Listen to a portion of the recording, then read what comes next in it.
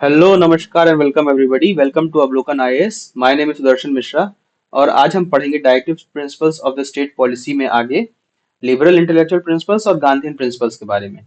ठीक है। और सोशलिस्टिक प्रिंसिपल्स हमने लास्ट लेक्चर में ही पढ़ लिया था, तो उसको भी एक बार आप रिवाइज कर लेना। अगर आपको याद है तो बहुत अच्छी बात है, नहीं याद है तो एक बार रिवाइज कर लेना 2x पे जाकर के, उसको 2x या 1.5x पे जाकर के। तो आज मूव करते हैं गांधीयन प्रिंसिपल पे। गांधीयन प्रिंसिपल्स जो हैं वो वो आइडियल्स हैं जो महात्मा गांधी के थॉट्स और फिलोसफी को रिफ्लेक्ट करते हैं, और इनका मेन फोकस जो है रूरल डेवलपमेंट, सेल्फ रिलायंस और सोशल इक्वालिटी पे होता है। ठीक है। ये प्रिंसिपल जो है इंडिया के ग्रास रूट डेवलपमेंट को स्ट्रेंथन करते हैं। इनका मेन फोकस वही ग्रास रूट डेवलपमेंट का होता है और एक इंक्लूसिव सोसाइटी बनाने पे ज्यादा फोकस करते हैं।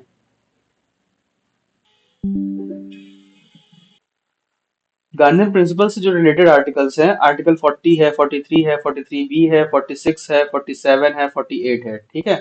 अब इनके सब्जेक्ट मैटर्स देखते हैं आर्टिकल की, इन आर्टिकल्स के। आर्टिकल 40 जो है वो बात करता है ग्राम पंचायत को स्टैब्लिश करने की और सेल्फ गवर्नेंस प्रमोट करने की। इसका सबसे बड़ा एक एग्जांपल है आर्टिकल 40 के इम्प्लीमेंटेशन का। वो है 73rd कॉन्स्टिट्यूशनल अमेंडमेंट एक्ट, यानी implementation of Panchayati Raj system. ठीक है। पंचायती राज सिस्टम काफी डिटेल्ड टॉपिक है और इस पे भी क्वेश्चंस आते हैं। तो इसके बारे में भी हम पढ़ेंगे, पंचायती राज सिस्टम के बारे में, पर आगे के लेक्चर्स में। अभी बस अगर आपको पता है तो बहुत अच्छी बात है, नहीं पता है तो बस अभी पंचायती राज सिस्टम जानो कि आर्टिकल 40 के अंतर्गत दिया हुआ है। आर्टिकल 40 के अंतर्गत वो डीपीएसपी के अंदर है वो। ठीक है। फिर अगला मूव करते हैं आर्टिकल 43। आर्टिकल 43 जो है वो बात करता है कॉटेज और स्मॉल स्केल इंडस्ट्रीज के प्रमोशन की, स्पेशली रूरल एरियाज में। ठीक है। फिर 43 बी ये बात करता है कोऑपरेटिव सोसाइटी के वॉलेंट्री फॉर्मेशन की, यानी लोग फॉर्मेशन कर सके वॉलेंटरीली उसका। ठीक। ऑटोनॉमस उनकी फंक्शनिंग, उनकी ऑटोनॉमस हो, उनकी मतलब स्वयं से हो, और कोई बाहर से एक्सटर्नल कंट्रोल ना हो उन कोऑपरेटिव सोसाइटीज का। फिर अगला जो बात करता है वो उसके डेमो कंट्रोल की, जो डेमोक्रेटिक फॉर्म में हो, और उनके मैनेजमेंट जो हो वो प्रोफेशनल हो। ठीक है। ये आर्टिकल 43 भी इसकी बात करता है। फिर आर्टिकल 46 पे मूव करते हैं। आर्टिकल 46 जो है वो बात करता है वीकर सेक्शंस की, जैसे शेड्यूल्ड कास्ट हुए, शेड्यूल्ड ट्राइब हुए, और भी वीकर सेक्शन सोसाइटी जैसे वुमेन, चिल्ड्रन जो वल्नरेबल होते हैं, and to protect them from social injustice और एक्सप्लॉयटेशन, यानी उनके उनको सोशल इंजस्टिस और एक्सप्लॉयटेशन से प्रोटेक्ट करने की बात आर्टिकल 46 कहता है। आर्टिकल 46 स्टेट को हिदायत देता है कि वीकर सेक्शंस जैसे एससी, एसटी या और जो दूसरे वुमेन, चिल्ड्रन हुए, इनके इकोनॉमिक और एजुकेशनल अपलिफ्टमेंट पे आप काम करो और इनका सोशल इनके एक्सप्लॉयटेशन को रोको। ठीक है। आर्टिकल 47 जो है वो प्रोहिबिट करता है कंजम्पशन ऑफ इंटॉक्सिकेटिंग ड्रिंक्स, यानी अल्कोहल वगैरह, and drugs that are injurious to health. ठीक है। इसमें आपको एक टू डू है। आज का टू डू इसका ये है कि ये पता करो किन किन स्टेट्स में ये बैंड है इंटॉक्सिकेटिंग ड्रिंक्स। ठीक है। और ड्रग्स जो है कौन से स्टेट्स में ड्रग्स अलाउड है गवर्नमेंट के द्वारा, और कौन कौन से ड्रग्स अलाउड है। ठीक है। और इसमें ड्रग्स में एक और चीज मैं बता देता हूँ,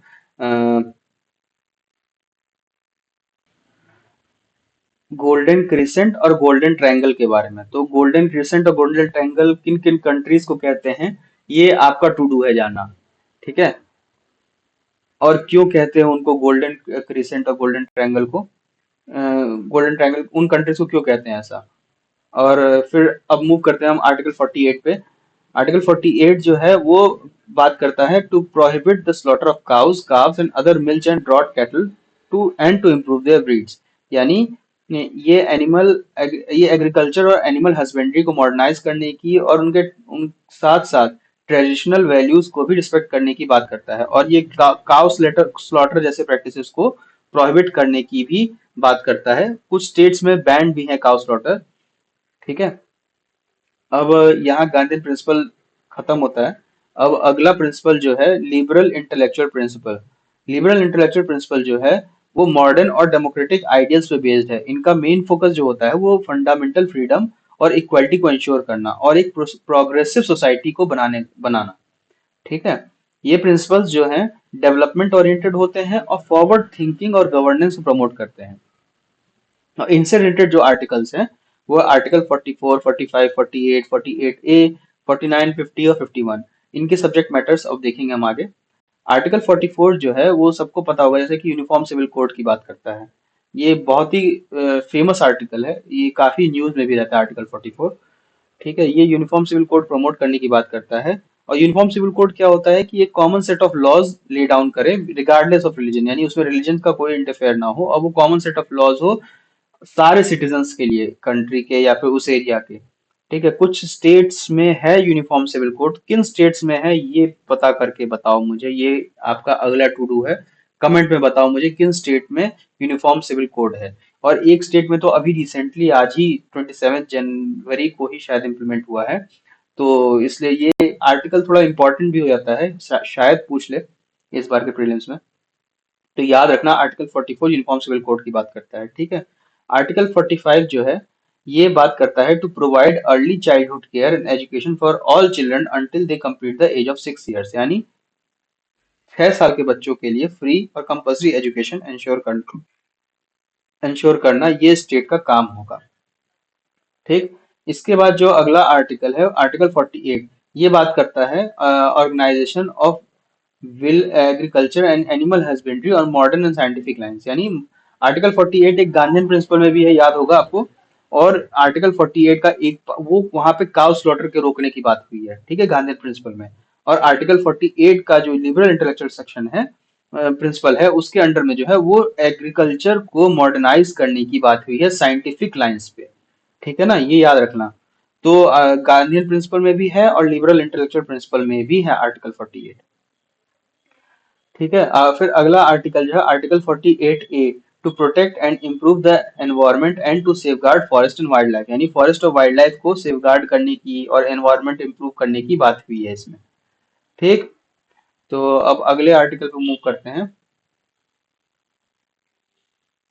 आर्टिकल 49, आर्टिकल 49 जो लिबरल इंटेलेक्चुअल का है, प्रिंसिपल का है, उसमें मॉन्यूमेंट्स को प्रोटेक्ट करने की, हिस्टोरिकल प्लेसेस को, ऑब्जेक्ट्स और आर्टिस्टिक और हिस्टोरिक इंटरेस्ट वाले सामान को, जो नेशनल इम्पोर्टेंस के लिए जो नेशनल इम्पोर्टेंस डिक्लेयर्ड हैं कि भाई ये सब सामान they are of national importance, they are, तो उन सबको प्रोटेक्ट करने की, उन सब मॉन्यूमेंट्स को प्रोटेक्ट करने की बात किया गया है। ये काम नॉर्मली एएसआई करती है। ठीक है, और ये किस मिनिस्ट्री के अंदर आता है ये सब, ये थोड़ा आप देखो इसको और पता करो। बताऊंगा मैं लेकिन अभी नहीं, आप पता करो इसको पहले।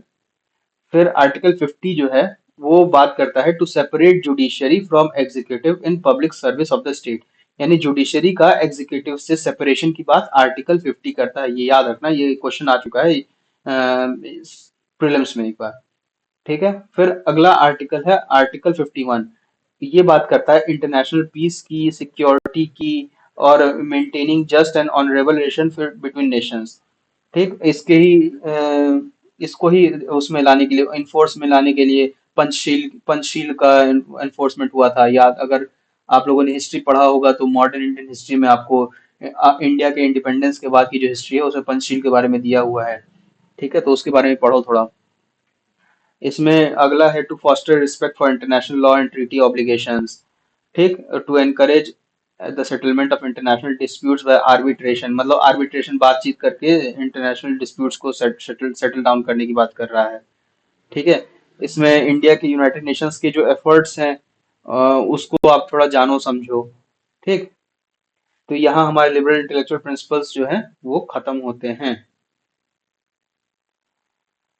अब एक क्वेश्चन ना अभी तक वैसे पूछा नहीं गया है, लेकिन एक बार समझ लो, ये चीज देख लो ये आप एक बार, कि अमेंडमेंट कितनी बार हुए हैं डीपीएसपी में। तो अभी तक 4 बार अमेंडमेंट हुई है डीपीएसपी में। ठीक है, 42nd अमेंडमेंट हुआ है, उसमें आर्टिकल 39, 39A, 43A और 48A ऐड हुआ था। 48A कौन सा, एनवायरमेंट को प्रोटेक्शन करने का। 43A कौन सा, ये आप खुद देखो और पता करो। 39A कौन सा, यही बता दिया गया है, और 39 कौन सा है वो भी बता दिया गया है। ठीक, 44th amendment act article 38 add हुआ था इससे। फिर 86th amendment act article 45 add हुआ है इससे। और 97th अमेंडमेंट एक्ट से आर्टिकल 43B, 43B कौन सा, कोऑपरेटिव सोसाइटीज वाला। ठीक है, ये ईयर के साथ याद रख लेना एक बार, ये स्टेट पीसीएस में इसके पूछने के बहुत ज्यादा चांसेस हैं। यूपीएससी में पूछने के चांसेस थोड़े कम है, पूछ तो सकता है उसमें भी मैच द फॉलोइंग करके, लेकिन ठीक, चांसेस थोड़े कम है। तो आप एक बार फिर भी इसको देख लें, ध्यान रखना, इस चीज को भूलना नहीं। ठीक है, सब्जेक्ट मैटर्स तो मैंने अभी समझा ही दिया सारे आर्टिकल्स का। फिर अगला जो टॉपिक है, distinction between fundamental rights and DPSP, ये काफी जरूरी टॉपिक है, बहुत ज्यादा इंपॉर्टेंट टॉपिक। लेकिन इससे पहले मैं एक और टॉपिक आपको समझाना चाह रहा हूँ कि डीपीएसपी जरूरी क्यों है। ठीक है, तो इसके तीन चार पॉइंट्स हैं, वो आप सुन लो। आप पेन कॉपी लेके बैठो तो पेन तो उसको नोट्स बना लो। सबसे पहला जो उसका इम्पोर्टेंस है, पॉलिसी गाइडेंस दे देता है एक तरह से। ठीक है, लॉ मेकर्स को एक तरह की गाइडेंस ही प्रोवाइड करता है कि लॉ कैसे बनना चाहिए स्टेट के लिए, किस तरह के लॉ जरूरी हैं। ठीक, दूसरा जो है ये जरूरी है सोशल जस्टिस को अपहोल्ड करने के लिए, वीकर सेक्शंस और बैकवर्ड रीजन्स को अपलिफ्ट करने में डीपीएसपी का बहुत बड़ा योगदान है। ठीक, फिर अगला जो है, इसके गोल्स काफी प्रोग्रेसिव हैं, तो वेलफेयर स्टेट और इंक्लूसिव डेवलपमेंट के आइडियाज को प्रमोट करते हैं। तो इसलिए प्रोग्रेसिव गोल्स हैं, इसलिए भी डीपीएसपी इंपॉर्टेंट है। और चौथा जो है, नेशनल यूनिटी की बात डीपीएसपी से ही होती है। जैसे uniform civil code, economic equality, ये सब जैसे प्रिंसिपल्स हैं, ये देश में हार्मनी और यूनिटी बढ़ाते हैं। ठीक है, तो इसलिए भी डीपीएसपी इंपॉर्टेंट है। तो चार पॉइंट कौन कौन से बोले मैंने? पहला पॉलिसी गाइडेंस की देता है, दूसरा सोशल जस्टिस की इंश्योर करता है, तीसरा इसके गोल्स प्रोग्रेसिव है, चौथा नेशनल यूनिटी के लिए। ठीक है, इसलिए डीपीएसपी इंपॉर्टेंट है। इसका स्लाइड मैंने बनाया नहीं है जानबूझ के कि थोड़ा आप भी पेन पेंसिल लेके बैठो, सिर्फ अ, मुरारी बापू की कथा नहीं चल रही है यहाँ पे, है ना? तो आप थोड़ा मेहनत करो, कॉपी पेन उठाओ और ये लिखो। फिर अगला हम मूव करते हैं, डिस्टिंक्शन बिटवीन फंडामेंटल राइट्स और directive principles of the state policy. तो फंडामेंटल राइट्स जो है वो इंसान के बेसिक राइट्स को सिक्योर करता है और स्टेट को रोक लगाता है कि वो इन राइट्स को वायलेट ना करे। लेकिन डीपीएसपी जो है वही एक पॉजिटिव फ्रेमवर्क देता है कि जो स्टेट को गाइड करता है कि वेलफेयर स्टेट कैसे बनाया जाए, और वेलफेयर स्टेट कैसे बनाया जाए और कैसे बना जाए। ठीक है, तो आइए देखते हैं इन दोनों के बीच का डिफरेंस। सबसे पहला जो है, निगेटिव ऑब्लिगेशन और पॉजिटिव ऑब्लिगेशन का। फंडामेंटल राइट जो है वो निगेटिव ऑब्लिगेशन की तरह के तौर पे काम करते हैं, यानी वो स्टेट को कुछ एक्सेस करने से रोकते हैं, इसलिए वो निगेटिव के तौर पे काम करते हैं। और डायरेक्टिव प्रिंसिपल जो है वो पॉजिटिव ऑब्लिगेशन है स्टेट के ऊपर, कि वो स्टेट को निर्देश देते हैं, स्टेट को निर्देश नहीं देते हैं, स्टेट को कहते हैं कि हाँ ऐसी चीजें करो जिससे तुम वेलफेयर स्टेट बनोगे। ठीक है, तो जैसे आर्टिकल 19 का एग्जांपल ले लो। आर्टिकल 19 जो है फ्रीडम ऑफ स्पीच और एक्सप्रेशन को इंश्योर करता है, लेकिन स्टेट इस पर रिस्ट्रिक्शन नहीं लगा सकते हैं बिना किसी वैलिड रीजन के। ठीक है, वहीं डीपीएसपी में है आर्टिकल 41, ये कहता है कि हर सिटीजन को right to work education provide करे। तो ये पॉजिटिव हो गया कि स्टेट को डायरेक्शन दे रहा है कि भाई इनको, जो सिटीजन है तुम्हारे, उसको काम और एजुकेशन प्रोवाइड करना तुम्हारा दायित्व है। ठीक है, फिर अगला जो है, जस्टिसिएबिलिटी और नॉन जस्टिसिएबिलिटी का। फंडामेंटल राइट्स जो है जस्टिसिएबल है, यानी आप सुप्रीम कोर्ट पे जा सकते हो, डायरेक्ट सुप्रीम कोर्ट में जा सकते हो इसको आप लेकर के। या अगर हाई कोर्ट में आप डायरेक्ट जाते हो तो आप सुप्रीम कोर्ट में अपील कर सकते हो, अगर हाई कोर्ट के डिसीजन से आप संतुष्ट नहीं हो तो। वही डीपीएसपी जो है नॉन जस्टिसिएबल है, मतलब आप कोर्ट के थ्रू इसको एनफोर्स नहीं करवा सकते, है ना? लेकिन पार्लियामेंट इस प्रिंसिपल्स को ध्यान रखते हुए लॉज बना सकती है, जैसे राइट टू एजुकेशन एक्ट बनाया 2009 में, जो आर्टिकल 45 के अंडर इम्प्लीमेंट हुआ है। ठीक, फिर अगला जो है डिफरेंस, वो पॉलिटिकल और सोशल डेमोक्रेसी का है। ठीक है, फंडामेंटल राइट्स जो है उसका मेन फोकस पॉलिटिकल डेमोक्रेसी को स्टैब्लिश करना। याद रखना, ये पॉलिटिकल डेमोक्रेसी और सोशल इकोनॉमिक डेमोक्रेसी, इस पे भी सवाल आया हुआ है प्रीलिम्स में, तो आ भी सकता है और भी इसको थोड़ा घुमा करके। तो फंडामेंटल राइट जो है पॉलिटिकल डेमोक्रेसी को इंश्योर करने की बात करता है, और जहां हर सिटीजन को इक्वल पॉलिटिकल राइट्स मिले, जैसे फ्री स्पीच हुआ, राइट टू वोट हुआ, और फ्रीडम टू फॉर्म एसोसिएशंस वगैरह हुए। ठीक है, तो और directive principles of state policy जो है वही उसका एम है कि सोशल और इकोनॉमिक डेमोक्रेसी को स्टैब्लिश किया जाए, और जहां रिसोर्सेज अपॉर्चुनिटी सबके लिए एसेसिबल हो और बराबर हो। जैसे आर्टिकल 39 कहता है कि वेल्थ का कंसंट्रेशन अवॉइड होना चाहिए, और रिसोर्सेज सबके वेलफेयर के लिए यूज होनी चाहिए, किसी एक के वेलफेयर के लिए नहीं। ठीक, फिर अगला जो डिफरेंस है, वो जो फंडामेंटल राइट है वो उसका लीगल सैंक्शंस के साथ आते हैं, यानी अगर आपके राइट्स वायलेट होते हैं तो कोर्ट उन्हें प्रोटेक्ट करेगी।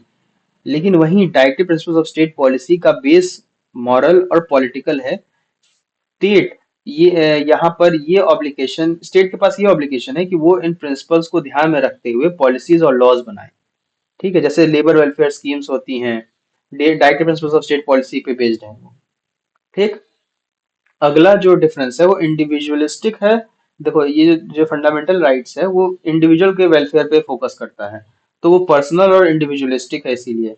और जो तुम्हारा directive principles of state policy है वो कम्युनिटी के वेलफेयर पे फोकस करता है, इसलिए वो सेक्टेरियन सोसाइटेरियन है और सोशलिस्टिक है वो डायरेक्टिव प्रिंसिपल। ठीक है, तो ये भी डिफरेंस याद रखना कि फंडामेंटल राइट तुम्हारा इंडिविजुअलिस्टिक है और ये सोशलिस्टिक है डायरेक्टिव प्रिंसिपल्स।